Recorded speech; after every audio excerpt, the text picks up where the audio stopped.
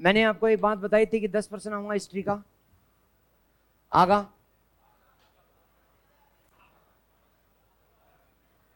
भाई देखो, यही होता आया है, बूंद बूंद से घड़ा भरता आया है।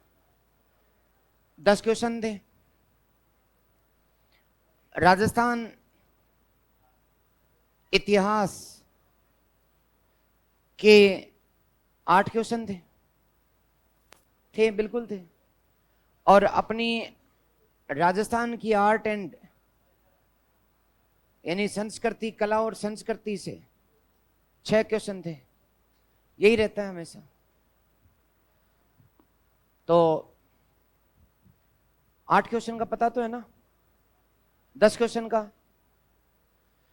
आपके एक बैच में प्राचीन भारत में मैंने आपको पढ़ाया था, जो सुरकोटड़ा आपके लिखा हुआ होगा, लिखा हुआ है क्या? खोलो देखें। नहीं, एक बैच को पढ़ाया था मैंने सिंधु घाटी सभ्यता। उस बैच के कौन कौन विद्यार्थी हैं? हाथ खड़े करो। तो आप खोल करके देखो, देखो सुरकोटड़ा में क्या है। जगपति जोशी लिखा हुआ है ना भाई? जो जो टॉपिक मैंने पढ़ाए हैं वो उसमें से क्वेश्चन आ गए। डायरेक्ट ही आया है, सीधा ही है, कहीं कोई समस्या ही नहीं है। दूसरा, अपना भरूच का स्तूप, ये सोंग काल में मेरा कराया हुआ है। आप लोगों को लग रहा था कि यार गुरुजी सुंग काल को क्या पढ़ा रहे हैं, तो सुंग काल में आ गया। तीसरा, वो चंद्रगुप्त विक्रमादित्य की छोरी का ब्याह, मैंने कहा था वाकाटक टकाटक, उस दिन हंस भी रहे थे, मैं बार बार बोल रहा था वाकाटक टकाटक टकाटक। तो चंद्रगुप्त विक्रमादित्य, जिसकी लड़की थे ना उस ध्रुव स्वामिनी की, कौन सी नाम, कुमार देवी, का विवाह वाकाटक नरेश रुद्रसेन प्रभावती, तो प्रभावती का विवाह वाकाटक नरेश रुद्रसेन सेकंड के साथ हुआ था। तो ये क्वेश्चन आ गया अपना। प्राचीन भारत पढ़ाया था, 3% आए, तीनों आ गए यूं क्यों? मैंने आपको एक बात बताई है और फिर बता रहा हूं, परीक्षा चाहे आरएस की दोगे, आज दोगे या फिर भविष्य में दोगे, या फिर आईएएस की दोगे, मैंने हमेशा तुम्हें जो कहा वो फिर कह रहा हूं, हमेशा क्वेश्चन अपने मैटर से बाहर नहीं होगा। तुम कितना सीरियसली पढ़ रहे हो, कौन कितनी क्लासें अटेंड कर पा रहा है, ये उस पर निर्भर करेगा। अब की बार ये 3 है, अगली बार कोई और 4 होंगे। कई विद्यार्थियों को लग रहा था गुरुजी 2-5% आवे हिस्ट्री से, तो लेकिन 2-5 नहीं है। मध्यकाल से भी क्वेश्चन पूरे के पूरे निकल गए। 3 क्वेश्चन मध्यकाल के आए, 3 क्वेश्चन। एक विजयनगर साम्राज्य, पेलन्ना सेडन्ना का, जो विजयनगर साम्राज्य में श्री कृष्ण देव राय के समय आंध्र भोज कविता वाला आ गया। एक था भक्ति आंदोलन का, भक्ति आंदोलन में सूरावर्दी जो है वो सिंध में और पंजाब तक सीमित रहे थे। एक था पंचमहल का, जिसके अंदर दूर से देखने पर वो बौद्ध मठ की तरह नजर आता है, समझ लो। और अब आधुनिक भारत की बात करें तो एक तो 1920 का कांग्रेस का अधिवेशन, जो लाला लाजपत राय अध्यक्ष थे। 1905 में गोपाल कृष्ण गोखले के द्वारा जो इंडियन सर्वेंट सोसाइटी की स्थापना की गई, भारत सेवक संघ। और एक क्वेश्चन कोई आया था तेज बहादुर सप्रू और उनका, तो इस प्रकार से 3 ये थे। एक क्वेश्चन कोई और था, शायद मैं भूल रहा हूं कौन सा था। 3 मध्यकाल की, 3 प्राचीन की और 4 आधुनिक भारत की, एकदम टकाटक 10। और मैंने आपको यही कहा था कि 10 आएंगे, 10 ही आएंगे, क्योंकि ये आरपीएससी ने जिसको भी पेपर सिलेक्शन के लिए देती है कमेटी को, पहले अपना अंक विभाजन देती है कि आपको किस सब्जेक्ट में किस प्रकार से अंक का विभाजन करना है। हालात यही रहेंगे अपने थानेदारों के भी, थानेदार बनेंगे तब भी। तो बूंद बूंद से घड़ा भरता है। हिस्ट्री एक ऐसा सब्जेक्ट है जिसमें या तो आता है या नहीं आता, और ज्यादातर हिस्ट्री वाले नहीं आते हैं, क्योंकि मैं जितने भी विद्यार्थियों के संपर्क हुए तो उन्होंने कहा, साहब हिस्ट्री में तो पता ही नहीं कहाँ कहाँ से क्या क्या पूछ लिया, भगवान जाने। और वो ये और कहते हैं, अरे सर हमने भारतीय इतिहास छोड़ दिया था, राजस्थान का इतिहास बहुत पढ़ा था। तो राजस्थान के इतिहास में मेवाड़ का इतिहास में से एक प्रश्न आया? नहीं, नहीं आया। मारवाड़ के इतिहास में से आया? नहीं। बीकानेर के इतिहास में से नहीं। जयपुर के इतिहास में से एक आया। एक तो चलो वो कल्चर में से है, लेकिन एक क्वेश्चन आया।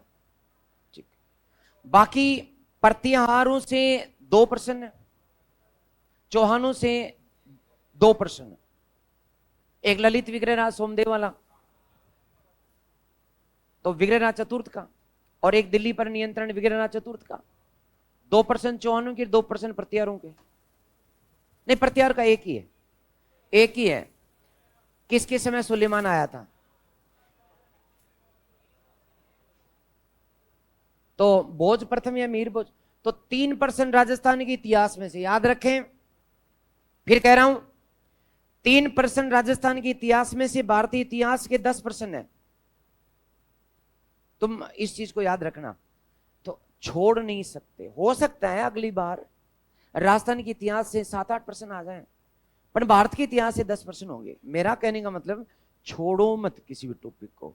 ये पढ़ने का वक्त है, आपको पढ़ना ही होगा, और इतना पढ़ना होगा कि कोई क्वेश्चन बाहर से नहीं आए। आपको मैंने दिखा दिए हैं, आपके खुद की क्लास में पढ़ाया हुआ। भाई कुछ स्टूडेंट मेरे से बाद में जुड़े, लेकिन जो बैच शुरू से मैं पढ़ा रहा था उस आईएएस वाली बिल्डिंग में, वहां मेरा ये पढ़ाया हुआ है। सिंधु घाटी सभ्यता पूरी हो गई थी अपने, बाद में पूरी नहीं हुई, कुछ भाग बच गया था, लेकिन ये तो पढ़ाया हुआ है ना, ये तो पढ़ाया हुआ है। तो इसलिए अब चूंकि बाद में नए स्टूडेंट आ गए, तो मैंने सोचा अब क्या करूं यार, पुराने वालों को लेके चलूंगा तो नए स्टूडेंट कहेंगे कि गुरुजी लो हम तो रह गए। और उनकी आंखें देख देख के मुझे लग भी रहा था कि उनको वो मुझे देख के सोच रहे थे, मैं उनको देख के सोच रहा था कि इनका क्या होगा, और वो मुझे देख के सोच रहे थे ये क्या पढ़ाएंगे। तो उनको चलो भाई एक नया टॉपिक शुरू करते हैं बौद्ध धर्म से। तो बौद्ध धर्म से मैंने शुरू कर दिया था, इसलिए वैदिक काल अब पढ़ा रहा हूं, और बचा हुआ जो भाग है वो और पढ़ेंगे अपन।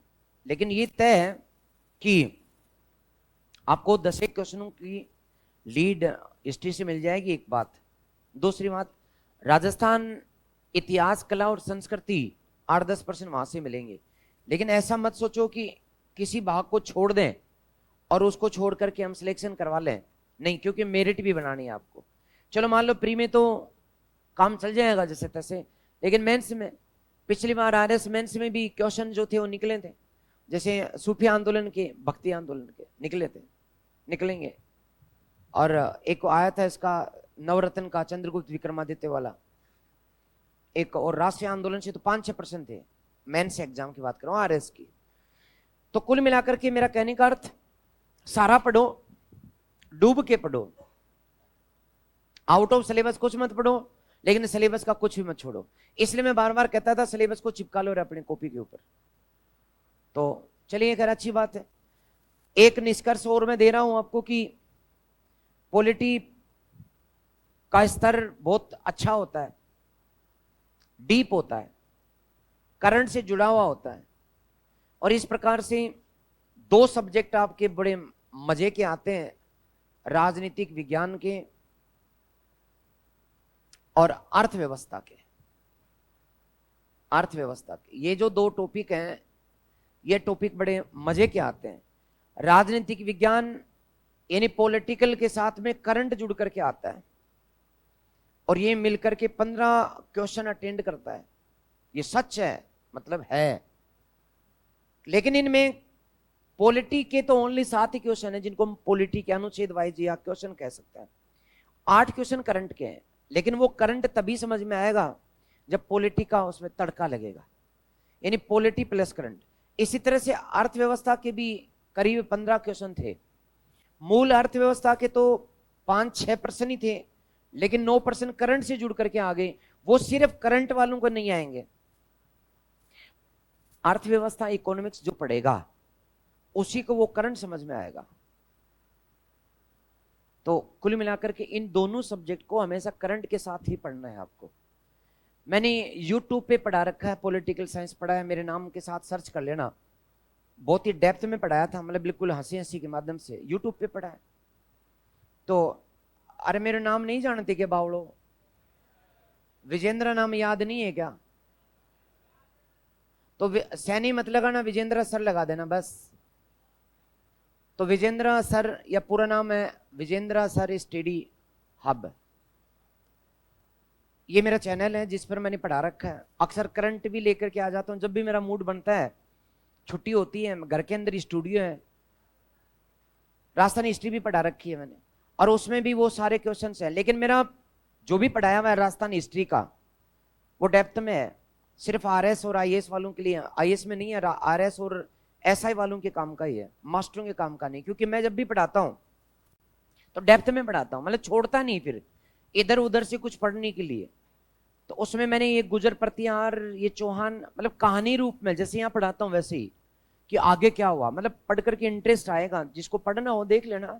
बाकी यहाँ भी जो गुरुजी पढ़ा रहे हैं कम नहीं पढ़ाते, बहुत अच्छा पढ़ाते हैं, मेरे साथी बड़े काबिल हैं, लेकिन इनके मैटर से कुछ ज्यादा है वो, या दुगना है, यूं कहूंगा दुगना मैटर है। और उसमें कैसे पढ़ाया हुआ है कि जैसे क्लास लगभग 2 घंटे की है, एक ही क्लास, उसमें मैंने लगभग 1 घंटे या सवा घंटे तो पढ़ाया है, और फिर उस टॉपिक के जो पढ़ाया हमने उसी के 45 मिनट क्वेश्चन पूछे गए हैं, 30 से 40। तो जो टॉपिक, जैसे मान लो कि चौहान वंश पार्ट फर्स्ट, उसको मैंने पढ़ा दिया सवा घंटे, फिर 45 मिनट में क्वेश्चन पूछे गए धड़ाधड़ उसमें से आए हुए, वो क्वेश्चन भी काफी डेप्थ वाले हैं। तो आप चाहें तो जब कभी पढ़ सकते हैं, जब आपका मन करे तो, पॉलिटिकल साइंस और राजस्थान हिस्ट्री, क्योंकि मैं तो तैयारी अच्छे लेवल की करता था और वही मुझे पसंद है। बाद में मुझे कई विद्यार्थियों ने कहा गुरुजी आप मत पढ़ाओ, मैंने कहा क्यों? बोले सर हम डिमोरलाइज होते हैं। क्यों? क्योंकि हमने तो कम कम पढ़ रखा, उसमें एग्जाम थी 2nd ग्रेड वालों की, आप ज्यादा पढ़ा रहे हैं तो अब हमारा कॉन्फिडेंस लूज हो रहा है। तो मैंने कहा चलो बंद कर देते हैं, तो तब मैंने रोक दिया था उसको। राजस्थान हिस्ट्री पूरा नहीं पढ़ाया हुआ, मैंने पढ़ाया हुआ है सभ्यताएं हैं, कालीबंगा, आहड़, गिलुंड, ये जितनी भी सभ्यताएं हैं सारी की सारी हैं, गणेश्वर, बैराट, सारी सभ्यताएं। और सभ्यताओं के बाद में राजस्थान का इतिहास का विभाजन, मतलब क्रम से जितना भी शुरुआत से लेकर जड़ से लेकर इतिहास को मैंने मेवाड़ का पूरा करा रखा है, मारवाड़ का करा रखा है, बीकानेर का करा रखा है, जयपुर का नहीं करा पाया था मैं। तो वो मैं दोबारा शुरू करूंगा, जब कभी भी मन करेगा, समय मिलेगा तो मैं उसमें जयपुर का बचा हुआ, फिर प्रजामंडल बचे हुए, फिर किसान और जनजातीय आंदोलन बचे हुए, और एकीकरण, इतना सा बचा हुआ है राजस्थान के इतिहास। और गई साल ही तो पढ़ाया था मैंने, गई साल नहीं, नवंबर दिसंबर में, गत नवंबर दिसंबर में पढ़ाया था वहां पर। तो आप लोग देख सकते हैं वीडियोस को, आनंद मिलेगा। मेरी शैली अलग है, बोर नहीं होगे, बस फर्क इतना है। अब हम आगे अपनी बात कर लें।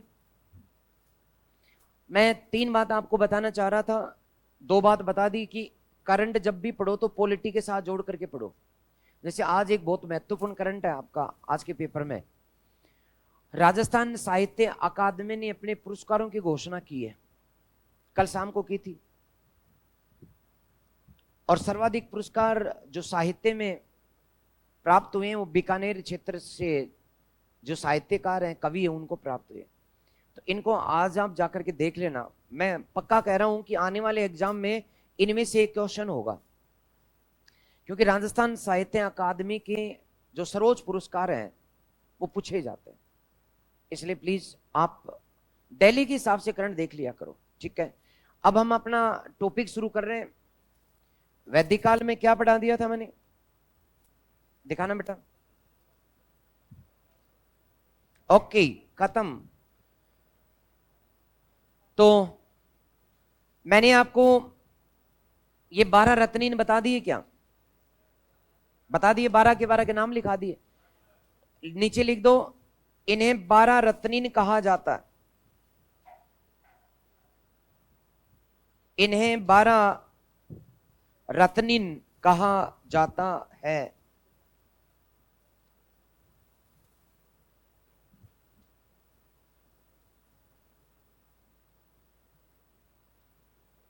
इन्हें 12 रत्नीन कहा जाता है।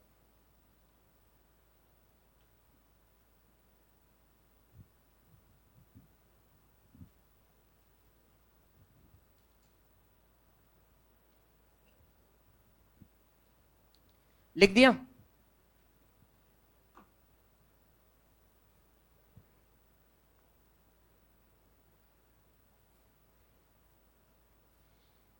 बारह रत्नीन किन्हें कहा जाता है?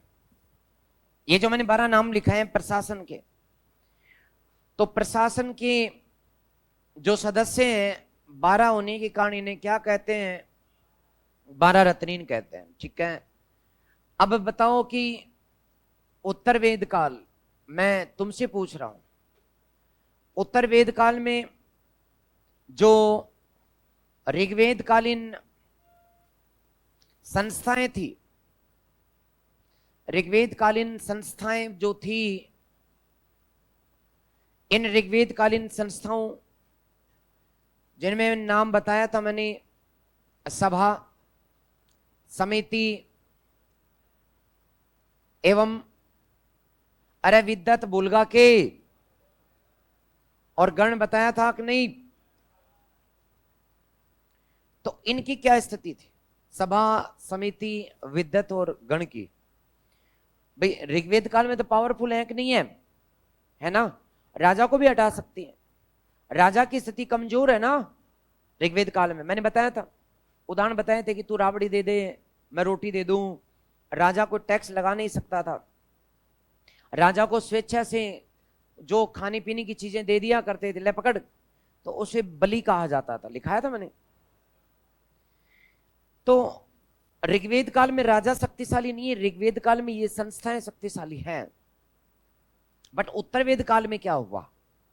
उत्तर वेद काल में राजा हो गया शक्तिशाली। जब राजा शक्तिशाली होगा तो राजा पर नियंत्रण करने वाली संस्थाएं कमजोर होंगी या शक्तिशाली? कमजोर होंगी। Very good. इसलिए ये तो खत्म होगी, ये भी खत्म होगी। सभा और समिति दो संस्थाएं बची, लेकिन ये भी कमजोर हुई हैं। फिर भी इन्हें मान सम्मान दिया गया। जैसे भारत में मान सम्मान ज्यादा किसका है? राष्ट्रपति का या प्रधानमंत्री का? मान सम्मान तो राष्ट्रपति का ज्यादा है। महामहिम राष्ट्रपति, अनुच्छेदों में सारे नाम राष्ट्रपति के नाम। लेकिन वास्तव में पावर किसकी है? इसलिए दिखाने के दांत अलग होते हैं बेटा, खाने के अलग होते हैं। ये हालात यहां भी है। राजा शक्तिशाली तो है, लेकिन मान सम्मान बढ़ा दिया किसका? सभा और समिति। ये दो तो खत्म हो गई है, दो बची हैं, तो इनको मान सम्मान दिया गया, लेकिन शक्ति नहीं है। अर्थ या अथर्वा वेद में इन दोनों संस्थाओं को प्रजापति की दो पुत्रियां कहा गया, दो पुत्रियां कहा गया। तो ये मान सम्मान है। प्रजापति का मतलब सृष्टा ब्रह्मा जी, भगवान ब्रह्मा जी की दो पुत्रियां कौन कौन है? तू और ये नहीं है, सभा और समिति। तो ये मान सम्मान है, लेकिन शक्तिशाली कौन है? राजा। ठीक है, तो ये बिंदु मैं लिखवाने जा रहा हूं, आप लोग लिखेंगे।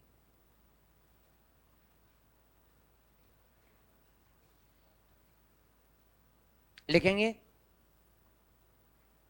उत्तर वेद काल में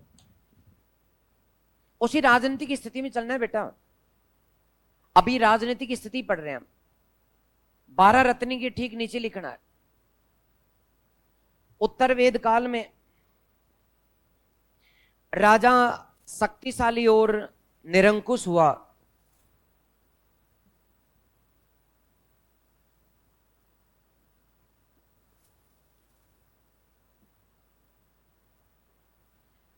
उत्तर वेद काल में राजा शक्तिशाली और निरंकुश हुआ। विद्वत और गण समाप्त तो हो गई,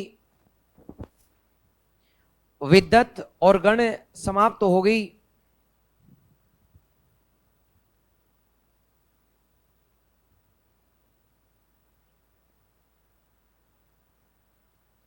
सभा और समिति का महत्व,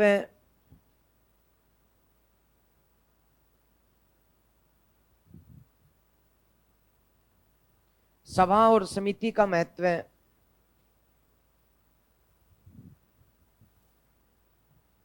कमजोर हुआ।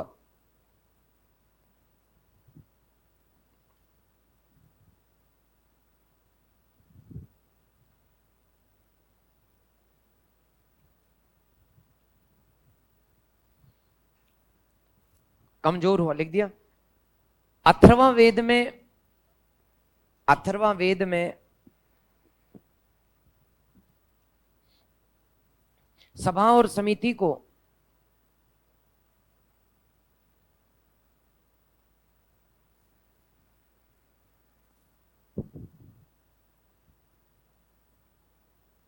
प्रजापति की दो पुत्रियां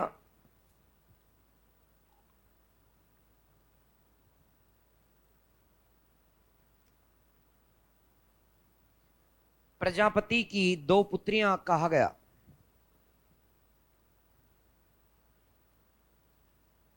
दो पुत्रियां कहा गया। ओके, खत्म। हेडिंग डाल दो, वैदिक कालीन सामाजिक स्थिति।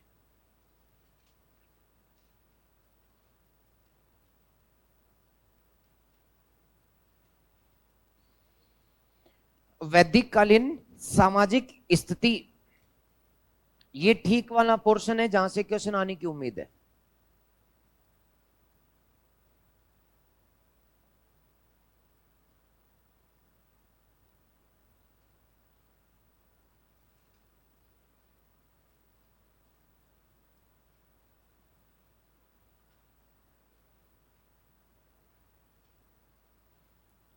अब इसमें चूंकि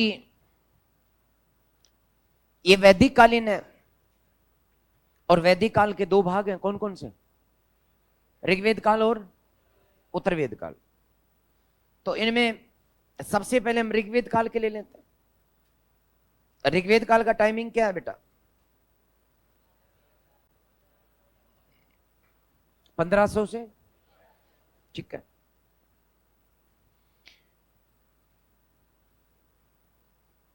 आप लोगों को मैं फिर बता रहा हूं कि प्राचीन भारत में से अक्सर 3-4 प्रश्न आते ही हैं। आप लोगों को अच्छे लेवल से मैंने पढ़ा दिया है, इसी मैटर को आप लोग पढ़ते रहना। इधर उधर की कोचिंग में, चाहे भले ही कोचिंगों के नाम कितने भी बड़े हों, फर्क नहीं पड़ना चाहिए आपको, कभी ये सोचना भी मत। मैंने देखा भी है ये बात कि और कुछ साथीगण जो है मेरे साथ के स्प्रिंग बोर्ड में पढ़ाते हैं, बैठे थे हम लोग साथ उस दिन, तो उसके पास फोन आ रहे थे, तो वो बड़ा निराश था। बोले यार सर, जिस तरह के प्रेशर में स्टूडेंट्स की भीड़ में हमें बाईलिंगुअल पढ़ाना पड़ता है तो न्याय नहीं हो पाता विद्यार्थियों के साथ। मैंने कहा मतलब क्या है?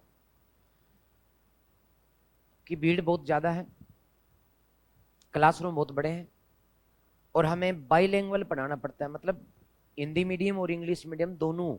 यानी मैं जो पढ़ा रहा हूं तुम्हें, एक बार मैं तुम्हें हिंदी मीडियम पढ़ाऊं, दूसरी बार मैं इंग्लिश मीडियम बोलूं, तो टाइम वेस्ट ज्यादा होता है, क्वालिटी घट जाती है। तो फिर मैंने कहा भाई हमारे तो झंझट नहीं। बोले तुम्हारे क्या? मैंने कहा कुछ नहीं है, हम तो देसी और ठोकू, मैं तो इंग्लिश तो छोड़, मैं तो विद्यार्थियों को मेरे देसी शब्दों में और समझाता हूँ, कछूर सब कुछ। बोले ये ठीक है, तो क्या इंग्लिश मीडियम का नहीं है? मैंने कहा कि नहीं, अलग कर रखे हैं मेरी क्लास में, और मुझे पता भी नहीं है कि नहीं है, लेकिन मेरे को तो तू जानते इंग्लिश आती भी नहीं है, लेकिन मैं तो देसी भाषा में इसी में समझाता, पूरा पूरा पढ़ाया। बोले स्थिति क्या है? मैंने कहा कि मैंने आरएस वालों को 3 वो प्राचीन भारत पढ़ाया था, 3 प्रश्न आ गए। बोले ये ठीक है। अब मैंने पूरा भारत पढ़ा दिया लेकिन मेरे 4 प्रश्न निकले। तो मैंने कहा कारण? कटौती, क्योंकि बाईलिंगुअल में क्लासें तो 300 हो जाती हैं, लेकिन विद्यार्थियों को, हिंदी मीडियम वालों को 150 घंटे मिलते हैं, 150 इंग्लिश मीडियम वालों को मिलते हैं, मेरे 300 हो जाते हैं। उनका मामला गड़बड़ है। तो आप ध्यान ना रखें। मैं तो इतना कहूंगा कि मान लो कि कोई एक कोचिंग है जिसमें से 200 स्टूडेंट तैयारी कर रहे हैं और उनमें से 40 विद्यार्थियों का सिलेक्शन होता है, और एक कोचिंग है जिसमें 20,000 विद्यार्थी पढ़ रहे हैं, कितने, और उनमें से मान लो कि करीब 400 लोगों का सिलेक्शन होता है, 400 का, तो ज्यादा सिलेक्शन का अनुपात किन में है? 200 वाले में। क्योंकि यहां 20,000 में 400, यानी कि आप काट करके देखोगे तो पता लग जाएगा। 4 का भाग दिया, कितने आए? 50। 50 में से 1 का सिलेक्शन हो रहा है, और यहां पर हर 5 में से 1 का सिलेक्शन हो रहा है। अब देखने में, क्योंकि आरएस की तो वैकेंसी 800 है, और ये सच है स्प्रिंग बोर्ड में 20,000 विद्यार्थी पढ़ भी रहे हैं, और 400 का होता भी नहीं है, फिर भी मैंने बता दिया भाई 150 200 का हो गया। ये इतना अनुपात है भी नहीं, ये मैंने बहुत ज्यादा कर दिया। 200 अधिकतम, 200 करते ही कितनी, 100 में से 1 हो गया। ये सच है। देखने में बैनर और पोस्टरों में ये लग सकता है कि वाह इतनी का, बट देखो तो कितने में से। आलोचना नहीं कर रहे, मेरे दोस्त पढ़ाते हैं उधर बहुत अच्छी कोचिंग में, मेरा उद्देश्य भी नहीं है किसी को अपने को जरूरत नहीं है, नेगेटिव अप्रोच है ही नहीं, अपने तो पॉजिटिव हंसने वाले व्यक्ति हैं। देख, मैं तुम्हें बता रहा हूं, सोचने की बात है, निराश मत होना। ये जो सगे तो मेरे ये भी नहीं है, सगे मेरे वो भी नहीं है, बट मैं यहां काम कर रहा हूं, मेरी जिम्मेदारी है। तो कलाम वालों के ऊपर एक बोझ है कि सिलेक्शन देना है, वरना दुनिया को क्या दिखाएंगे, ये बोझ है। इसलिए तुम पर बहुत अच्छा काम होगा, विश्वास रखो, बस अच्छी मेहनत करो। बताओ, जोर से बोलो।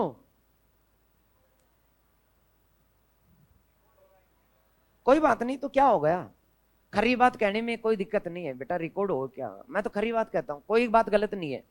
ये संख्या गलत नहीं है, ये संख्या भी गलत नहीं है। वैकेंसी 800 है यार,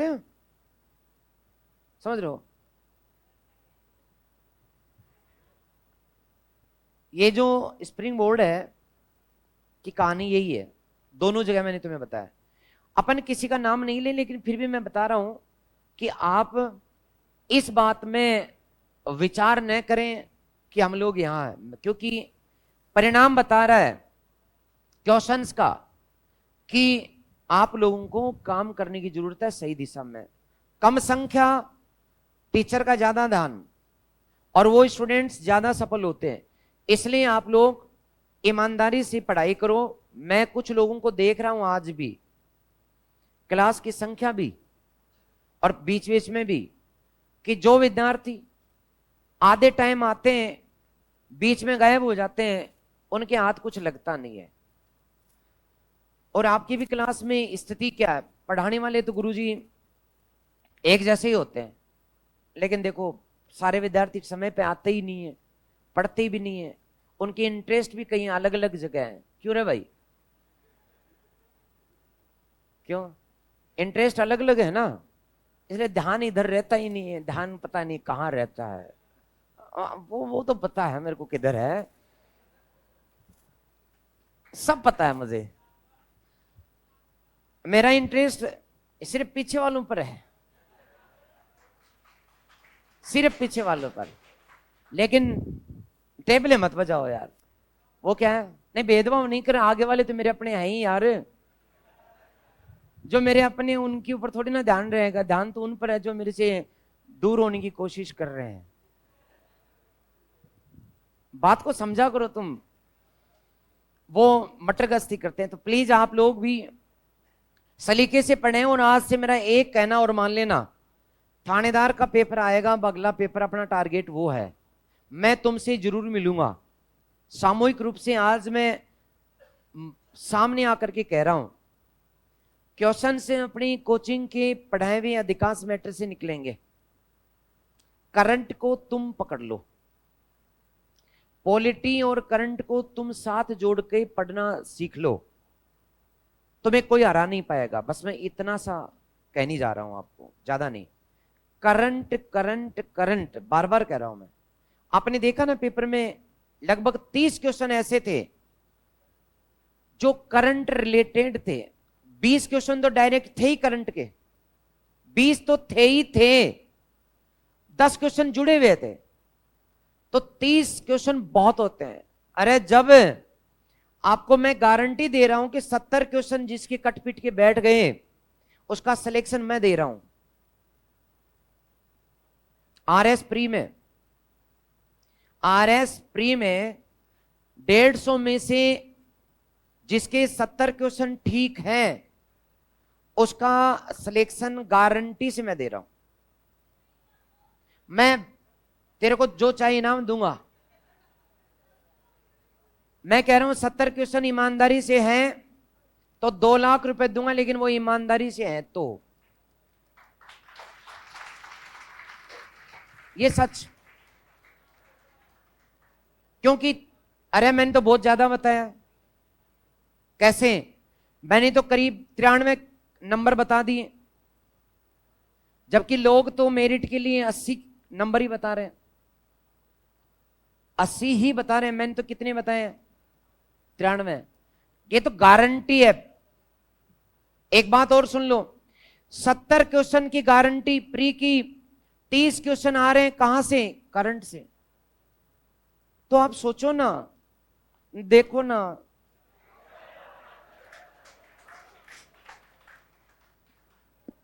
कितना इंपॉर्टेंट है करंट। करंट को देखो, करंट को।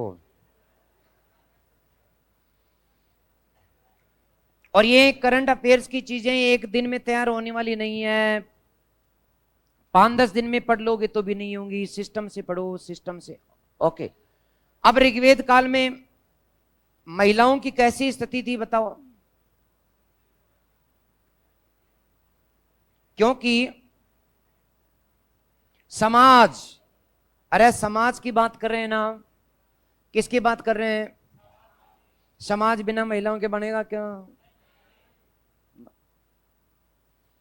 और समाज बनने के लिए महिलाओं की स्थिति देखनी होगी, विवाह की स्थिति देखनी होगी, विवाहों के प्रकार देखने होंगे, फिर बनने वाला परिवार देखना होगा, परिवार में किसकी चलती है उसको देखना होगा, कौन कौन सी महिलाएं अच्छी थी उनके नाम देखने होंगे। तुम थी या नहीं थी, ये नाम मिलेगा तो इसलिए सामाजिक स्थिति के लिए मैं, समाज बनता है किससे? परिवार से। किससे बनता है? परिवार से। तो परिवार ऋग्वेद काल में कैसे है? संयुक्त परिवार है। मैं बहुत लंबी चौड़ी भाषा को इस्तेमाल नहीं कर रहा कि ऋग्वेद काल में संयुक्त परिवार प्रणाली प्रचलित थी, लिखने की जरूरत है क्या? मैं संयुक्त परिवार लगाया, गुड। इसमें किसकी ज्यादा चलती थी, माता की या पिता की? तो क्या कहेंगे? जब पुरुषों की चलती हो तो क्या कहा जाएगा? तो किस प्रकार के परिवार थे? पितृसत्तात्मक थे। परिवार, कई परिवार, तुम्हारे कई परिवार, तुम्हारे कई परिवार मिलकर के कुल बनाते थे। कुल, किस कुल के हो तुम, किस वंश के हो तुम? बिल्कुल सही है। तो एक परिवार तो रक्त संबंधियों का बन गया, लेकिन उनके रक्त संबंधियों से और मिलकर के कुल बनता था। तो ऋग्वेद काल में एक ही ब्लड ग्रुप वाले रक्त संबंधियों से, रक्त संबंधियों से कुल बनता था, कुल। और इसका कुल का प्रमुख कौन होता था? कुलप। वेरी गुड, मेरा पढ़ाया हुआ है कुलप। जब मैंने राजन, विषयपति, ग्रामीणी, कुलुप बताए थे, तो उसमें कुलूप बताया था मैंने। तो ये परिवार हो गए। परिवार की क्या क्या खास बात है ऋग्वेद परिवार के, बताओ।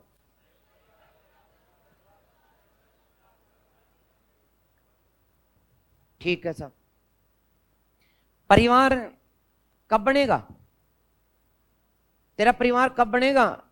अरे छोरा तू जब ब्याह करेगा यार, ऐसे थोड़ी ना परिवार बनेगा। हाँ, तो इसलिए सेकंड नंबर तथ्य परिवार के बाद देखना है विवाह को। एकदम आनंददायी तरीके से पढ़ो रे, कोई बोझ नहीं है पढ़ाई ना, आनंददायी तरीके से पढ़ो। और तो और सुनो, पढ़ने जब भी पढ़ना हो अपनी को, तो पॉलिटिकल भी बहुत ही इंटरेस्टिंग है, राजस्थान भी उससे ज्यादा इंटरेस्टिंग है। बस आप थोड़ा डूब के पढ़ा करो सारी चीजों को छोड़ करके। अब ब्याह की बात कर रहे हैं हम लोग, तो इसमें तो डूब जाओ। तो ऋग्वेद काल की बात करें। ऋग्वेद काल में विवाह, बाल विवाह थे क्या? बाल विवाह ऋग्वेद काल में थे या नहीं? अब कुछ बोल रहे नहीं थे, कुछ बोल रहे थे। तो अब सहमति बनाओ, थे पर या नहीं थे? नहीं थे। यही तो खास बात है। क्वेश्चन ऐसे गलत। हाँ, उत्तर वेद काल में शुरू होंगे, ऋग्वेद काल में बाल विवाह नहीं है। तो जब बाल विवाह नहीं है ना दोस्तों, तो फिर कौन से विवाह हैं? वयस्क विवाह प्रचलित थे। तो मतलब बहुत लंबे चौड़ी जो पैराग्राफ होते हैं, बड़े बड़े 8-8 7-7 पेज में ऋग्वेद काल की सामाजिक स्थिति, तुम उनको पढ़ने लग जाओगे तो इतना उलझा पुलझा अन रिलेटेड मैटर है कि तुम्हें नींद आ जाएगी। चाहे गाइडों में पढ़ो, नोट जो हमने टाइप करा रखे उनमें पढ़ो, पैराग्राफ के पैराग्राफ। मैं बहुत एकदम छोटा छोटा तरीके से आपको समझाने की कोशिश कर रहा हूं। एकदम बाल विवाह नहीं थे, तो कौन से विवाह थे? वयस्क विवाह थे। भाषा बहुत लंबी चौड़ी है, मैं तो बहुत छोटी कर रहा हूं। लेकिन क्या एक ही परिवार के मध्य विवाह संभव थे क्या? नहीं थे, क्योंकि गोत्र में, परिवार में, कुल में विवाह नहीं होते थे। तो ये शुरू से था। क्या विवाह जरूरी था? जरूर था। विवाह जरूरी था क्योंकि विवाह के बाद 2 फायदे होते थे। क्या? नंबर 1, जब तक विवाह नहीं होगा यज्ञ नहीं कर सकते थे। तो विवाह के बाद, उस समय यज्ञ का एक नियम था, जोड़ा ही यज्ञ में बैठ सकता है। आज भी है, आज भी है। रंडवा और रंडवी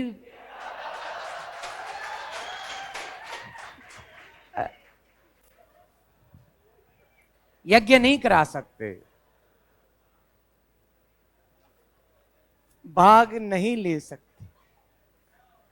तो एक बात बताऊं, सीधी और लच्छेदार जो भाषा किताबों की है ना, क्लिष्ट, वो भले ही तुम्हें याद रहे ना रहे, लेकिन ये बात जरूर याद रहेगी परीक्षा तक। गलत कह रहा हूं? इसलिए मैं बता रहा हूं कि विवाह के 2 फायदे, क्योंकि एक तो यज्ञ करा सकते हैं। बिना विवाह के यज्ञ में भाग लेना संभव है क्या?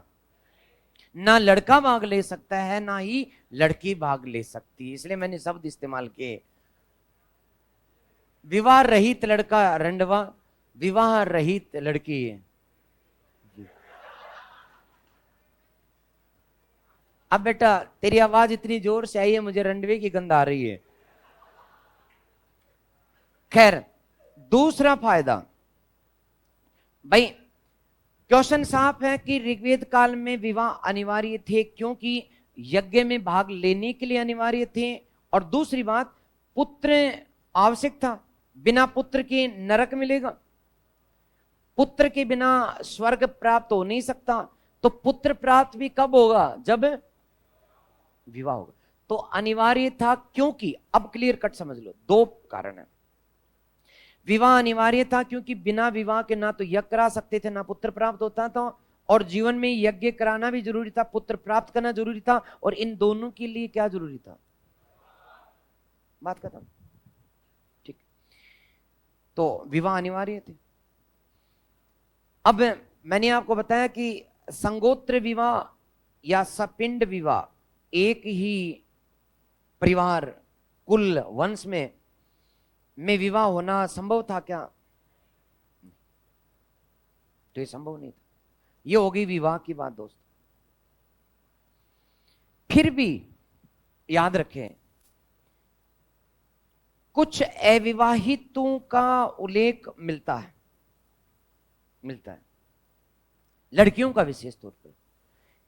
लड़कियां और लड़कों में शुरू से ही फर्क है, वैज्ञानिक तौर पर फर्क है। लड़कों के लिए विवाह आवश्यक होता था, आज भी है। महिलाएं पहले भी अविवाहित रहती थी, आज भी रहती है। और आज भी हमारे समाज में यदि ईमानदारी से लड़कियों को छूट दी जाए तो 1/4 लड़कियां विवाह नहीं करेंगी, क्योंकि साइकोलॉजिकल रूप से उनको विवाह, जो तनाव जिसे वो देखती हैं, उससे बचने का प्रयास करती हैं। लेकिन माता पिता की बाध्यता के कारण लड़कियों को जबरन विवाह को स्वीकार करना पड़ता है।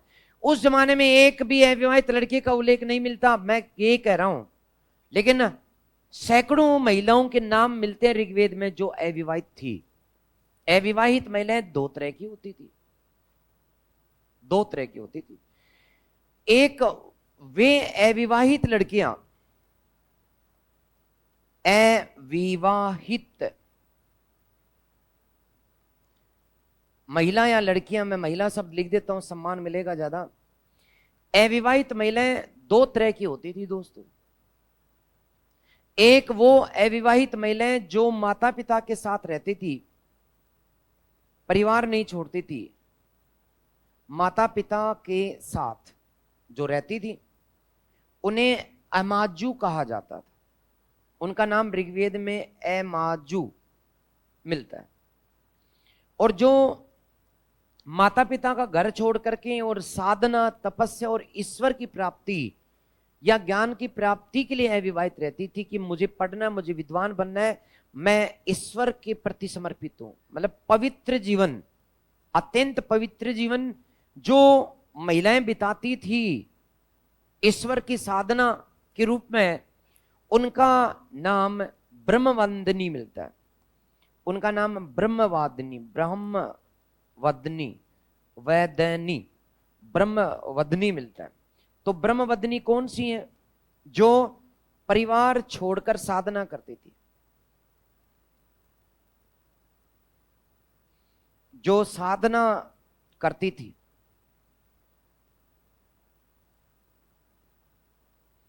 तो उन लड़कियों का नाम भी मिलता है जिसे ब्रह्मवदनी कहा गया है। ये ब्रह्मवदनी जो होती थी ना दोस्तों, ये विदुषी होती थी। विदुषी समझ गए? विदुषी, विदुषी महिलाएं होती थी। तो विवाह की बात पूरी हुई नहीं है दोस्तों।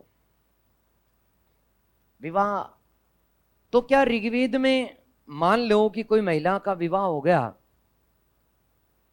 तो क्या मान लो कि वो विधवा हो गई, तो क्या विधवा पुनर्विवाह भी संभव था या नहीं था? था या नहीं?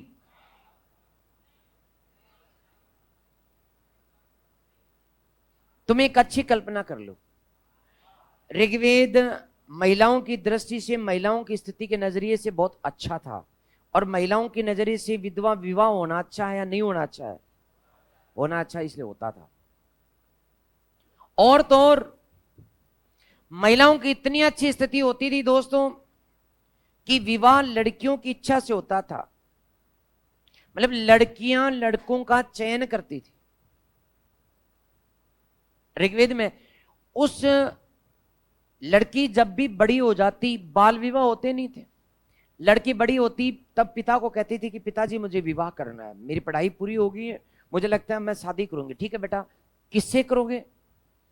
पिताजी सोचा नहीं है, लेकिन विद्वान होना चाहिए, इंटेलिजेंट होना चाहिए, साथ में सुंदर भी हो, अच्छी कदकाठी भी हो। तो बोले ठीक है बेटा, मैं स्वयंवर की व्यवस्था करता हूं। ठीक है। तो स्वयंवर का महिला चयन करती थी, इसे स्वयंवर कहते थे। स्वयंवर नाम नहीं सुना? स्वयंवर। तो स्वयंवर होते थे जिनमें लड़की को हक होता था कि जैसे विवाह की उसने घोषणा की कि भाई ठीक है मैं चयन करूंगी, तो इस प्रकार के लोग जो है मेरी सभा में या मेरे घर पे फला दिन आए, तो फिर उसके घर पर एक भोज का आयोजन होता था। और भोज का आयोजन होता, दूर दूर से संदेश भेज दिए जाते थे, लड़के आते थे और लड़के आकर के बैठते थे। पहले फिक्स कर दिया जाता था कि शर्त यह है कि भाई आरएस में सिलेक्टेड हो वही आए, या आईएएस सिलेक्टेड ही आए, या तैयारी करने वाला जो मेंस दे रहे हैं वो भी आ सकता है, बशर्ते कि उसमें गुण हुए तो, या फिर कोई भी गजेटेड चलेगा, या फिर कोई बड़ा बिजनेसमैन भी चलेगा। मतलब पहले बता दिया जाता था। तो वो सब अपने बायोडाटा के साथ आते थे, आकर के कुर्सियां लगी होती थी, चारपाइयां बिछी होती थी, उनमें बैठ जाते थे। चाय पानी नाश्ते के बाद लड़की आती थी, लड़के कुर्सियों पर बैठे होते थे और वो बीच में निकलती, एक लड़का इधर एक लड़का इधर, सब अपनी टाई टाई को टाइट करते हुए, बायोडाटा हाथ में लिए हुए। और जैसे वो लड़की निकलती फूलमाला हाथ में लेकर के, इधर देखती इधर देखती, काम का है नहीं है, चल हट चल हट। बाद में जैसे थोड़ा ठीक ठाक लगता कि ये ठीक हो सकता है, पूछती कि क्या हुआ, क्या है रिजल्ट, आरएस सिलेक्टेड? बोले ना अभी तो कोचिंग में एडमिशन लिया। बोले भाग यहां से। तो जहां उसका मन करे उसी के गले में वो फूलमाला डाल देती, उसी के साथ विवाह होता था। तो लड़कियों के लिए ऋग्वैदिक काल बहुत अच्छी स्थिति में था। अब एक बात तो विवाह लड़कियों की इच्छा से होगा, स्वयंवर कहते थे। दूसरी बात, यदि विवाह के बाद लड़की का पति मर जाए, 5 कंडीशन है, तो उसे पुनर्विवाह करने का हक था। और मरे नहीं तो भी लड़की को यदि पसंद नहीं है, मामला बिगड़ गया, तो भी उसे उसे छोड़कर के पुनर्विवाह का अधिकार था। उसे ऋग्वेद में एक नाम दिया गया, क्या? नियोग प्रथा। तो पुनर्विवाह प्रचलित थे, पुनर्विवाह का प्रचलन था, या मैं इसको विधवा विवाह लिखूं? आप बताओ। विधवा विवाह का प्रचलन था दोस्तों। इसे क्या कहा जाता था? नियोग प्रथा। ऋग्वेद में साफ साफ तौर पर महिला को यह हक दिया गया है कि वो एक के साथ शादी हुई तो उसको छोड़कर दूसरे का चयन कर सके और उसका साथ विवाह कर सके। उसे नियोग प्रथा कहा गया। तो 5 कारण है इसमें। पति की मृत्यु हो जाए तो, पति विदेश चला जाए और 3 साल तक वापस नहीं आए तो, पति कोई अपराध कार्य करता हो या फिर राजद्रोह में लिप्त हो तो, या पति अत्यंत बीमार या बेकार हो चुका हो तो 5वां बताऊंगा नहीं। नहीं, वो शारीरिक रूप से असक्षम हो तो इस प्रकार से 5 कारण हैं जिनके बाद कौन सा विवाह होता था? नियोग प्रथा। ये दोस्तों विवाह के ऊपर बातचीत है। अब देखो आप, मैंने कितनी देर हो गई बोलते हुए और लाइन लिखने के लिए इतनी सी है, लेकिन आप लोग ये समझ पाओगे? ये अब आप उतार लो इसको, ये सिर्फ आप समझ पाओगे। आपका फोटोकॉपी कराने वाला कोई व्यक्ति इन्हें नहीं समझ पाएगा।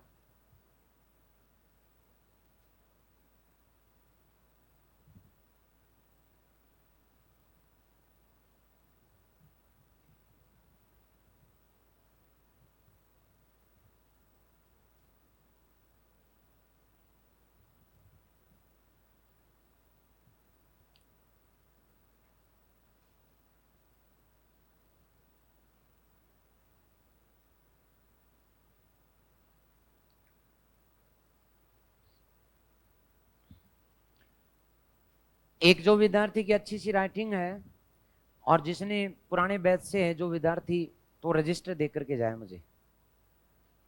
और जहां सिंधु घाटी सभ्यता से अब तक जो लगातार आता हो, तो वो विद्यार्थी आज रजिस्टर दे के जाए, कल सुबह में उसको मिल जाएगा वापस।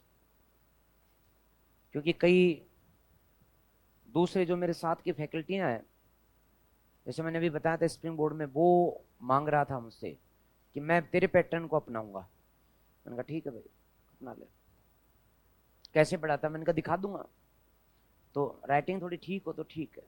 हालांकि मैं नहीं चाहता कि सारा मैटर अपन उनको दें, लेकिन दोस्त गहरा है, दे देते हैं। नहीं, वो उनको खुद पढ़ेगा। हाँ जी, हाँ ये बात तो है, लेकिन दोस्ती यार निभानी पड़ेगी। मैं उसको दिखा दिखू करके टालम टोल करके लाऊंगा एक बार।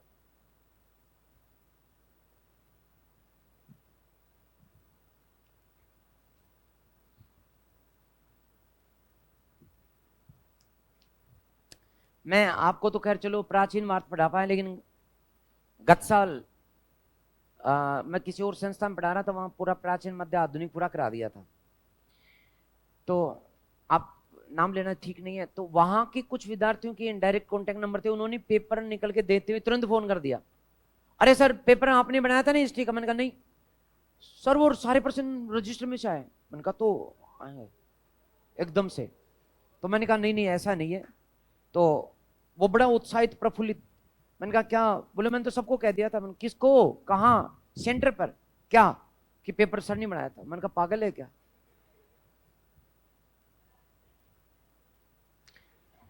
आज कहना है चाहता हूं कि तू खिला दे मिठाई आनंद के साथ। आपकी, आप शायद दिल्ली आते हो, ये आपके आगे वाला सारा है आपके पास सिंधु घाटी से, तो दे देना मेरे को जाते समय। राइटिंग भी ठीक है। ओके, तो लिख दिया क्या? पुनर्विवाह का प्रचलन था या नहीं था? बताओ। था। तो क्या योग्य लड़के जो नहीं होते थे उन्हें छोड़ने का प्रचलन भी था क्या? था। ये दोबारा हो जाएगा तो छोरो योग्य बन जाओ।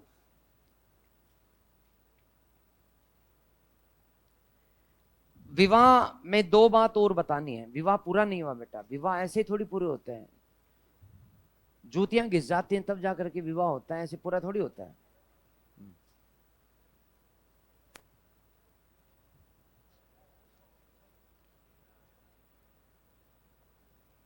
अब बताओ, अरे लिख दिया क्या?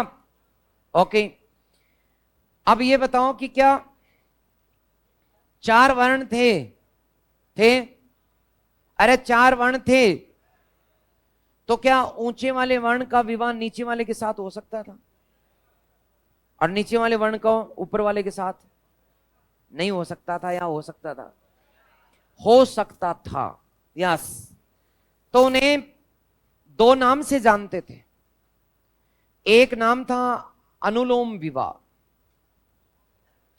अनुलोम विवाह, और दूसरा नाम था प्रतिलोम विवाह। अब बताओ अनुलोम विवाह में क्या होगा?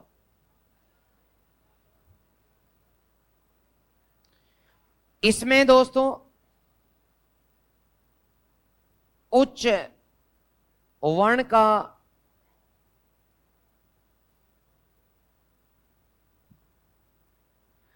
जब उच्च वर्ण का लड़का हो और निम्न वर्ण की लड़की हो, तो उसे कहा जाता था। यानी जब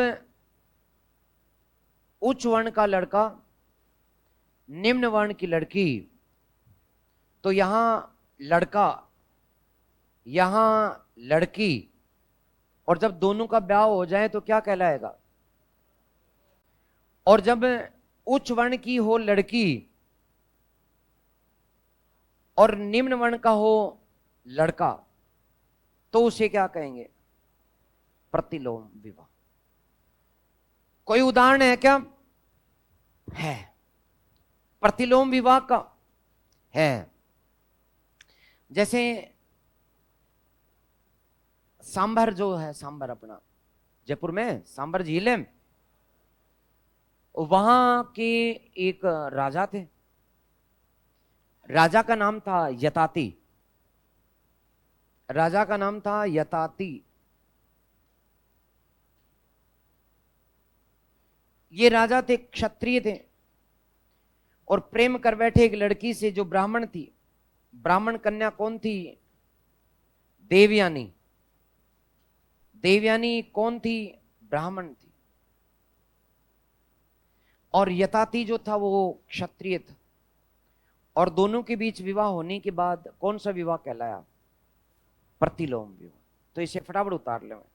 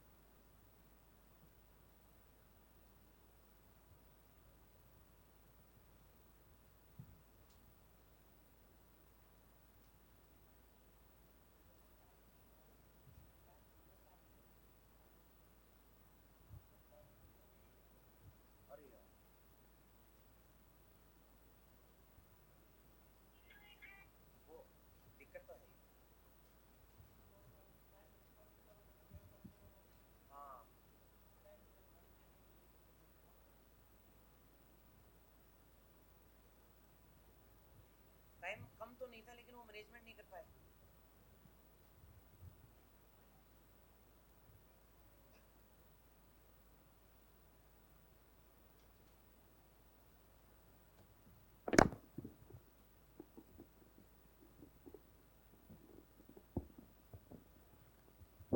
लिख दिया क्या दोस्तों?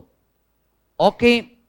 अब फटाफट अंदाज में मैं बताने जा रहा हूं बिंदु नंबर 3। बिंदु नंबर 3 अर्थात मैंने 2 बिंदु बताए अभी। कौन कौन से? एक परिवार और दूसरा विवाह। और तीसरे नंबर पे दोस्तों स्त्रियों की दशा। क्योंकि क्योंकि आप जानते हो, क्या जानते हो कि परिवार समाज की पहली इकाई कौन है? परिवार। परिवार बनता किससे? विवाह से। विवाह किससे होगा? स्त्रियों से। इसलिए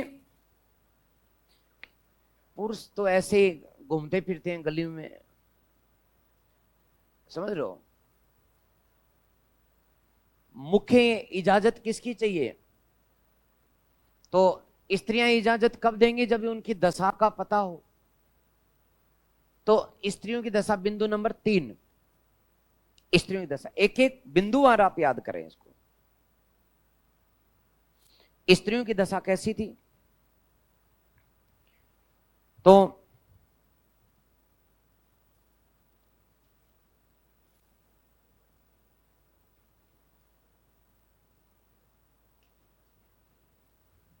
देखो, तो उल्टा चोर कोतवाल को डांटे। मुझे कहा जा रहा है कि सर पार्टी दे दो, आपका पढ़ाया हुआ पूरा कोर्स में पूरा का पूरा आया है, आगे भी पेपरों में आता रहेगा, और ये भी नीचे लिख रहे हैं कि सभी सर पार्टी दे रहे हैं। एक बात बता दूं, ध्यान से सुन लो, मेरा हमेशा से आता रहा है, आता रहेगा, इसमें पार्टी की कोई बात नहीं है, मेरी मेहनत है। हां, आप लोगों को मैं समय पे आया, मैं तुम्हें पढ़ा रहा हूं, तो इसके लिए आप आभारी रहते हुए मुझे पार्टी कब दे रहे हैं इसकी सूचना दे दो, ठीक? ओके। और नहीं है इच्छा तो मत दो। मुझे सबसे ज्यादा खुशी पार्टियों में नहीं होती, खुशी इससे होती कि क्वेश्चन परीक्षा में आए, बस वो पार्टी सबसे बड़ी है। तो स्त्रियों की दशा अच्छी थी, अच्छी थी तो अच्छी है ना, इसलिए पार्टी मत मांगा। या फिर तू कह दे कि मैं तो बुरी हूं, तू बुरी कैसे हो सकती जब तू है ही अच्छी? तो आगे लिखो रे, स्त्रियों की दशा मेरे साथ साथ लिख दो, अच्छी। अच्छी भी लिखूं क्या? लो साहब, अच्छी, अच्छी, अच्छी थी। और उन्हें अर्धांगनी, अर्धांगनी जानते हो, माना जाता था।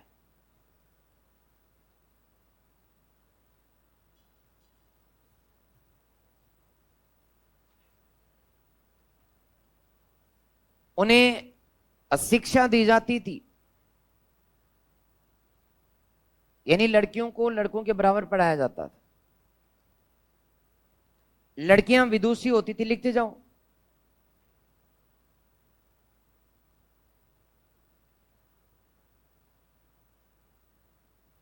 विदुषी होती थी,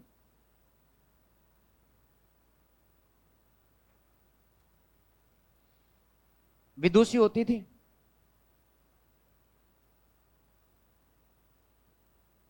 बता रहे विदुषी, नाम बता विदुषियों के, बता ना, बता दे। एक अपाला, एक गोसा, अपाला, विश्वारा, निंदावरी, स्वर्ण सिकता, सच्ची। कितने? दोबारा बता। अपाला, एक अपाला। अरे अपाला को पालना छोड़ो, दूसरी और भी है। गौसा, लोपा मुद्रा, सच्ची, स्वर्ण सिकता। Very good, very good, very good. तो सच्ची, पोलमी, विश्वारा। तो नाम लिखो, लिखो। ये नाम आते हैं तो व्हाइट कलर से लिख देता हूं।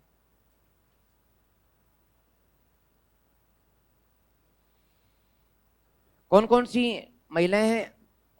पहली नंबर पे घोषा, अपाला, ए पाला, अपाला, सच्ची, विश्वारा,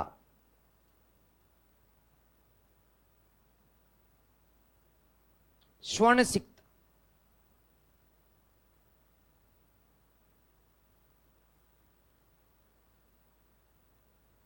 गौसा, अपाला, सच्ची, विश्वारा, स्वर्ण सिक्ता।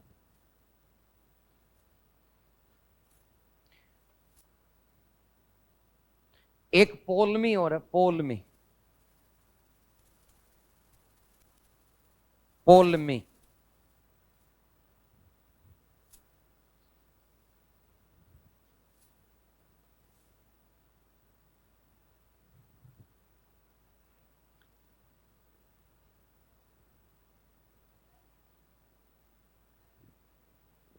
नहीं, गार्गी उत्तर वेद काल में बेटा, अभी हम ऋग्वेद काल पढ़ रहे हैं, तू मरवाओगे। अरे छोरो, गार्गी आएगी या नहीं आएगी? आएगी। हाँ, नहीं आएगी क्यों? वो उत्तर वेद काल की, अभी हम क्या पढ़ रहे हैं? ऋग्वेद काल में गार्गी आएगी क्या? नहीं आएगी, नहीं आएगी। कहां से आएगी जब थी नहीं तो? तो बेटा गार्गी नहीं आएगी, क्योंकि वो थी नहीं। और जो नहीं होता फिर भी आ जाती है किसी के, तो वो सपना होता है, सपना। तो स्त्रियों की दशा अच्छी थी रहे, अर्धांगिनी मानते थे रहे, शिक्षा देते थे, और अनेक विदुषी महिलाओं के नाम ऋग्वेद में मिलते हैं, जैसे घोषा, अप्पाला, सची, विश्वारा, स्वर्ण सिक्ता और पोल में। तो इस प्रकार से नाम याद आपको करने पड़ेंगे, कोई इलाज ही नहीं है बेटा। ठीक है जी, लिख दिया जी, ठीक है। बट लोपामुद्रा, हाँ लोपामुद्रा का अंगीर है, बताओ। मैं उस समय बोल रहा था धड़ाधड़ धड़ाधड़, तुमने लोपा को लोप दिया, लोप हो गया उसका, लोपामुद्रा भी लिखो। तो बावली, उस बावली को भूल मत। किसको? लोपामुद्रा। तो 3 3 6 1 7, 7 महिलाएं, 7। तो पुरुषों के वैसे भी ये 7 ही हैं, 7 है ऋग्वेद में। याद कैसे करोगे रे? 7 ही थी, क्योंकि ऋग्वेद में भी पुरुषों के 7 7 7 थी। 7 7 7 ऐसे लिखते हैं ना अपन, तू और मैं 7 7 हैं, तो ऐसे। पहले की बात है, 9वीं 10वीं का टाइम अपना ऐसा ही होता था, मेरा तो था। मैं और मेरे कई साथी, हम लोग पढ़ते भी थे, होशियार भी थे, सारी बातें, बदमाशी भी बहुत करते थे, क्रिकेट भी खाते रहते थे, डंडे और क्रिकेट को खेलते रहते थे, आदत खराब थी। अच्छा, घर वाले भी पीटते थे, लेकिन वो एक दौर ऐसा था उम्र का, 10वीं का 11वीं का, कि घर वाले पीट रहे हैं, कोई बात नहीं, 2 4 पीट लेंगे ना। लेकिन वो जब अपने साथी बैट लेके निकला करते थे ना, तो रहा नहीं जाता था, बस अब तो जान चली जाए भले ही, क्रिकेट खेलेंगे या कुछ भी हो जाए। तो वो दौर था। एक जन ने मुझे सेकंड मॉनिटर बना रखा था, तो एक मेरे साथी ने, जो मेरे क्रिकेट टीम में मेरे से बढ़िया खेलता था, ईमानदारी से कह रहा हूँ, होशियार नहीं था लेकिन खेलता अच्छा था, राजपूत दोस्त था मेरा, तो उसका मेरे पे प्रभाव था, यार वो मेरे से अच्छा खेलता है तो प्रभाव था, है ना। मैं गुरु मानता था उसका, यार तू तो मेरे को सिखा। उसने कहा कि मैं देख, तुझे 7 लिखना आता है? मैंने कहा लिखना आता है। तो उसने कहा कि एक पर्ची पे लिख 7। फिर मैंने लिखा, बोले लगा बराबर का चिन्ह, मैंने लगाया। बोले फिर लगा, लिखना आता है, मैं तेरे टेस्ट ले रहा हूँ कितना होशियार है तू। मैंने कहा ठीक है, लगा दिया। और फिर यहाँ लिख हम, और मैंने लिख दिया। और फिर कहा कि आगे लिख हैं, मैंने कहा लिख दिया। बोले इसको फोल्ड कर, मैंने कहा फोल्ड कर दिया। और कहा कि अब तेरा पीछे तक तो कितना फेंक सकता कागज को, इनके लिखने के बाद में कागज पीछे जो है बहुत धीरे जाता है, उसमें ऐसा मंत्र है। मैंने कहा ऐसा कुछ नहीं है। बोले तेरे में ताकत उतना फेंक दे। मैंने जोर लगा के फेंका, 3 लाइन के पीछे लड़कियां बैठी थी बहुत सारी, एक लड़की पर जाके गिरना ही था। अब कागज गिरा और उसने खोला, और फिर खोला और देखा, उसमें लिखा था कि हम साथ साथ है। अब साहब थोड़ी देर बाद में हमारे सामाजिक विज्ञान के गुरुजी आ गए, और वो डंडा मास्टर थे, क्लास टीचर भी थे। तो जैसे ही आए, उस लड़की ने खड़ी हुई, और इसके बाद में वो कागज दिया, और साथ में मेरी तरफ इशारा करके कहा कि इसने।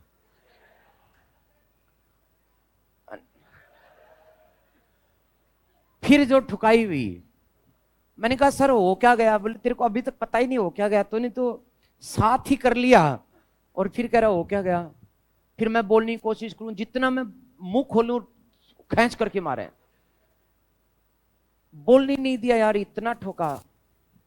यहां निकर ही तो पहनते थे, तो निकर पहनते थे तो पैर नीचे से जो थे ना, वो एकदम नंग धड़ंग नीचे से, और उन्होंने वहीं वहीं ठोका नीचे से, दे पड़ा पड़ा। मैंने कहा गुरुजी मारोगे क्या आज? अब आंसू भी आए, क्योंकि बिना गलती की मार रहे हैं। तो मेरे को कह हो रहे हैं, देख कितना शाना बन रहा है, रो भी रहा है, गलती भी करेगा, रोएगा भी है, मारेगा भी, पुकारेगा भी, पता नहीं कितने डायलॉग बोल बोल के और दिए। अब मैं उनसे छुट्टी के बाद गया, मैंने कहा क्या है? गुरुजी तो है, आक्रोश आ गया, खाएगा थोड़ी ना, भाई को बुला के लाऊंगा, बापूजी को लाऊंगा, मुझे क्यों पिटा? जोश आ गया। मैंने गुरुजी को कहा कि गुरुजी आज आपका आखिरी दिन है। बोले क्या? मैं लेकर के आऊंगा 10 20 आदमी कल। क्यों? तुमने मुझे बिना मतलब मारा। वो दूसरी कास्ट के थे और उसकी कास्ट में हमारे कास्ट में थोड़ी टसन थी। तो मैंने कहा तुमने मेरे को दूसरी जाति का होने के कारण मारा और कल मेरी जाति के आदमी लेकर नहीं आया 20, तो देख लेना गुरुजी इस स्कूल में तुम तो नहीं पढ़ाओगे। अब उसने कहा कि तू मेरे को धमकी भी दे रहा, गलत है, मैं सबको बता दूंगा तुमने लड़कियां छेड़ी। मैंने कहा दिमाग खराब है क्या तुम्हारा? तो बिड़ गया मैं एकदम से। उन्होंने कहा ये पर्ची है। मैंने कहा क्या लिखा है इसमें पर्ची में? तुमने सुनी नहीं मेरी बात। फिर मैंने उसको प्रदीप सिंह को बुलाया जिसने मेरे से लिखवाया था।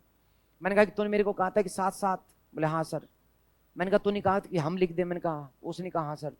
फिर तूने कहा था कि इसमें मंत्र है, तू पीछे फेंक जितनी गति से। फिर उसने हाँ की। तो उस गुरुजी को एकदम सफेद हो गया कि इसका तो पता ही नहीं है, और वो मामला जातीय रंग में रंग गया। दूसरे दिन में 10 को ले भी आया, क्योंकि वो गांव में वो होता है ना जातीय विवाद। उन्होंने उनको कह दिया कि तू स्कूल में नहीं आएगा। अब वो मामला किसी तरह से हटाएगा, लेकिन काफी तूल पकड़ गया। तो ये 7-7 वाला जब भी मामला आता है तो मुझे वो पुराना किस्सा जरूर याद आता है। 7-7 तो कितनी महिलाएं थी दोस्तों? 7 थी। तो स्त्रियों की दशा दोबारा देखो ना, क्या मानते थे, क्या देते थे, और क्या होती थी? नाम बताओ।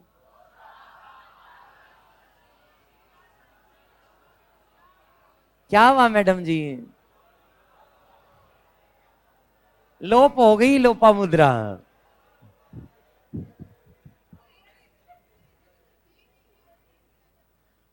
तो दोबारा बोलो। गौसा, दूसरी, तीसरी, चौथी, पांचवी, छठी और लास्ट की लोपामुद्रा 7 स्त्रियां। ओके, याद हो गया। बट मैंने बोला, बट बोला था ना, पुत्र की इच्छा है, पुत्री की नहीं। और सभा में विद्वत में भाग ले सकती थी, समिति में नहीं। तो नीचे लिखो नोट, लिखो नीचे।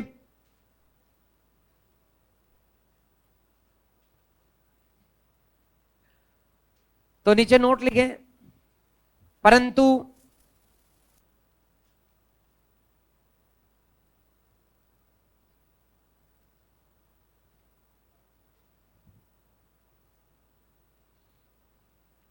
तो लिखेंगे परंतु ऋग्वेद में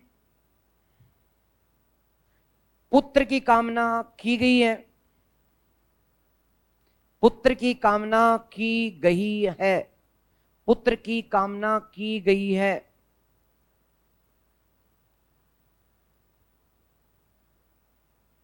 पुत्री की नहीं, पुत्री की नहीं। पूर्ण विराम लगा दें और आगे लिखें। महिलाओं का सभा और विद्वत में प्रवेश तो होता था,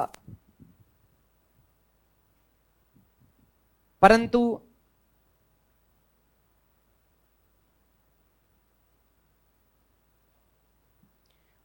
महिलाओं का सभा और विद्वत में प्रवेश तो होता था, परंतु विद्वत समिति में प्रवेश, हाँ समिति में प्रवेश नहीं होता था। मैं लिखाया था ना आपको, समिति में प्रवेश नहीं होता था।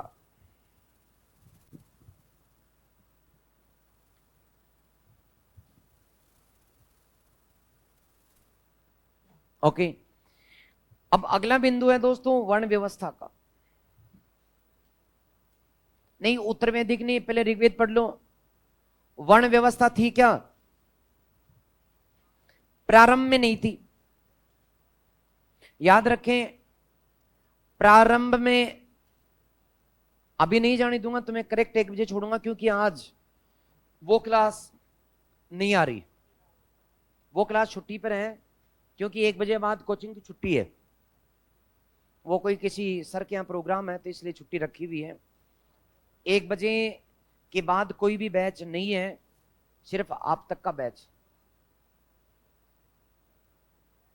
अच्छा, क्लासें हैं तो कोई बात नहीं, तो मैं 1 बजे छोड़ूंगा, फिर भी मैं पढ़ो आप, ठीक है। एक मेरे पास में जो पर्ची है जिस भाई ने भेजी है, मेरा दोस्त कुछ भी नहीं है, आप लोगों को मैंने कह दिया था साफ साफ, इसने लिखा है सर आपने बर्थडे की पार्टी नहीं दी, वो तो मेरे को देनी भी नहीं थी, 5 मार्च को आएगा। फिर भी उसने अगली बात कह दी कि आपने ये कहा था कि सर RS प्री एग्जाम के बाद में घुमाने ले चलोगे, इस बात पर गौर करें। तो ये बात जरूर माननी होगी। अब मैंने आपको ये कहा था कि आप लोग अपनी योजना बना ले, मुझे बता दें, बना ली क्या? ठीक है, तो जिन लोगों ने बना ली है उनके नाम वाम और पैसे कलेक्शन कर लो, इसके बाद मुझे बता दो कब चलना है, 3 दिन के लिए, 2 दिन के लिए या 1 दिन के लिए, या तो आसपास का अपन क्षेत्र रख लेते हैं जिसमें सुबह चल के शाम को आ जाए।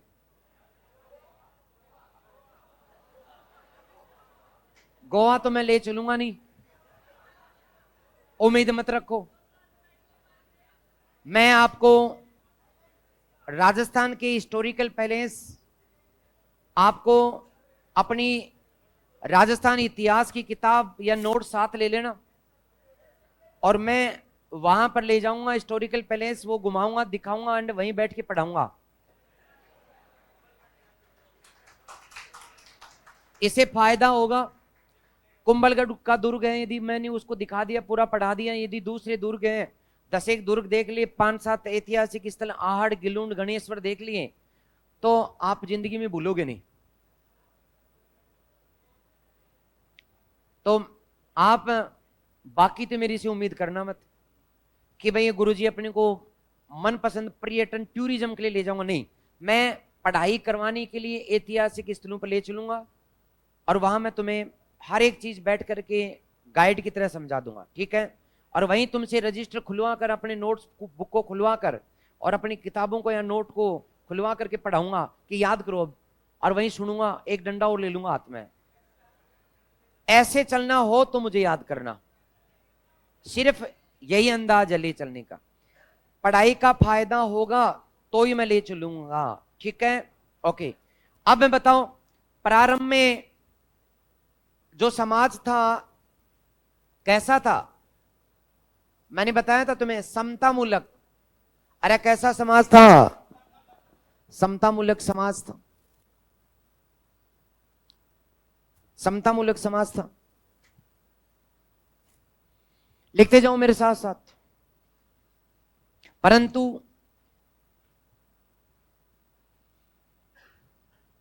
मंत्रोच्चार एवं यज्ञ करनी वाला वर्ग ब्रह्म कहलाया।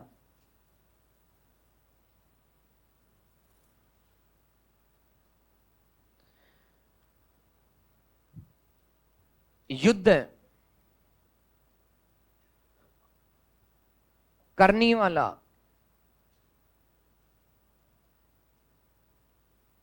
वर्ग क्षत्र, क्षत्र कहलाया। उत्पादन करने वाला अधिकांश जनवर्ग वैश्य कहलाया। और स्थानीय जनजातियां शूद्र कहलाए।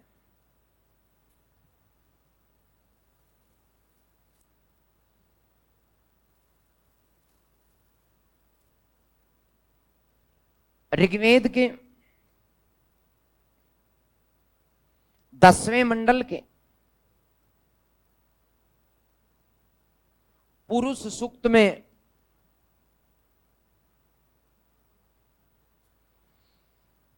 ऋग्वेद के 10वें मंडल के पुरुष सूक्त में एक विराट पुरुष से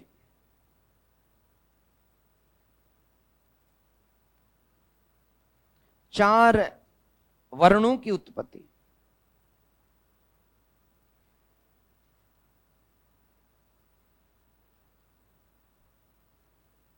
का उल्लेख है।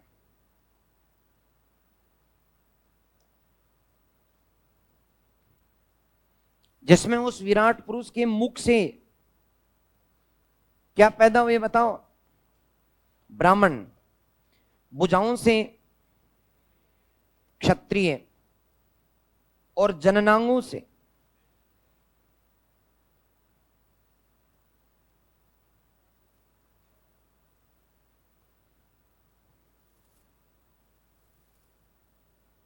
तथा पैरों से शूद्र।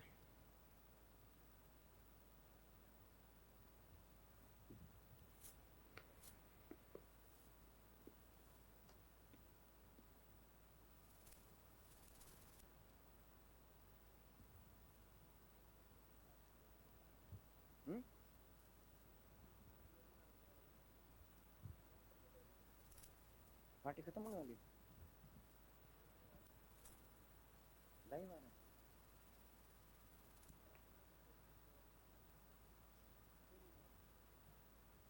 ये क्या है तुम्हारा पर आज प्रोग्राम क्या है?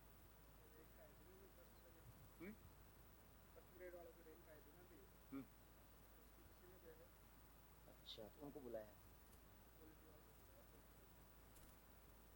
अच्छा, पुलिस वालों को।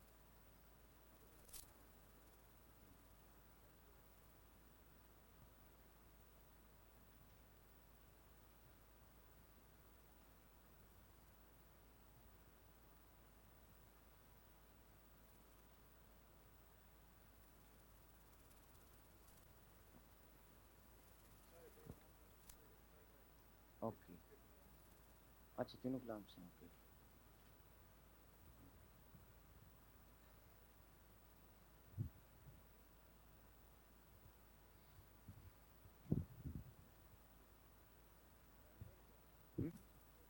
बस हो गया बस, अब छोड़ देते हैं।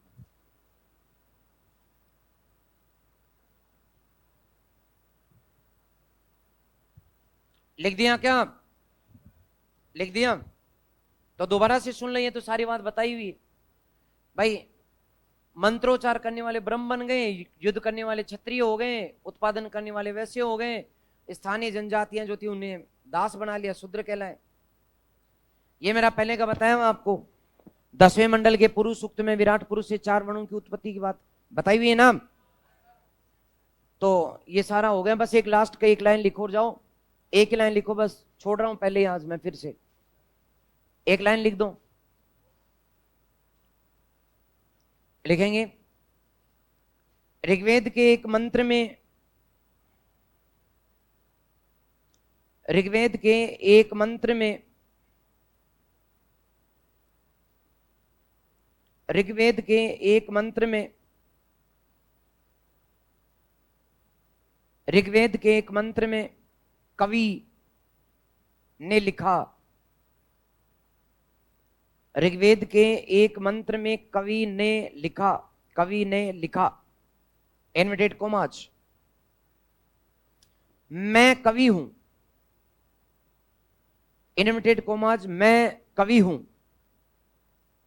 मैं कवि हूं, कोमा, मेरे पिता वैद्य हैं, वैद्य, मैं कवि हूं, मेरे पिता वैद्य हैं, कोमा, मेरी माता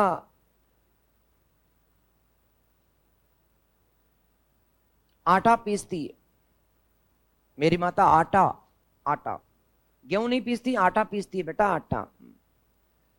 वो इसमें जो लिखा वही तो पीसेगा, आटा पीसती है। हाँ, आटा ही लिखा है, आटा पीसती है। तो आगे लिखें, फिर भी हम एक हैं, फिर भी हम एक हैं, इन्वर्टेड कॉमास बंद कर दो। मतलब क्या हुआ? अलग अलग कर्म है, फिर भी परिवार एक है। अर्थात नीचे लिखो, नीचे और लिखो, अर्थात, अर्थात, अर्थात वर्ण व्यवस्था कर्म आधारित थी, जन्म आधारित नहीं। अर्थात वर्ण व्यवस्था, वर्ण व्यवस्था कर्म आधारित थी, कर्म आधारित थी, आधारित थी, जन्म आधारित नहीं, जन्म आधारित नहीं। ठीक है, ओके, मिलते हैं कल, तब तक के लिए नमस्कार, नमस्कार, नमस्कार।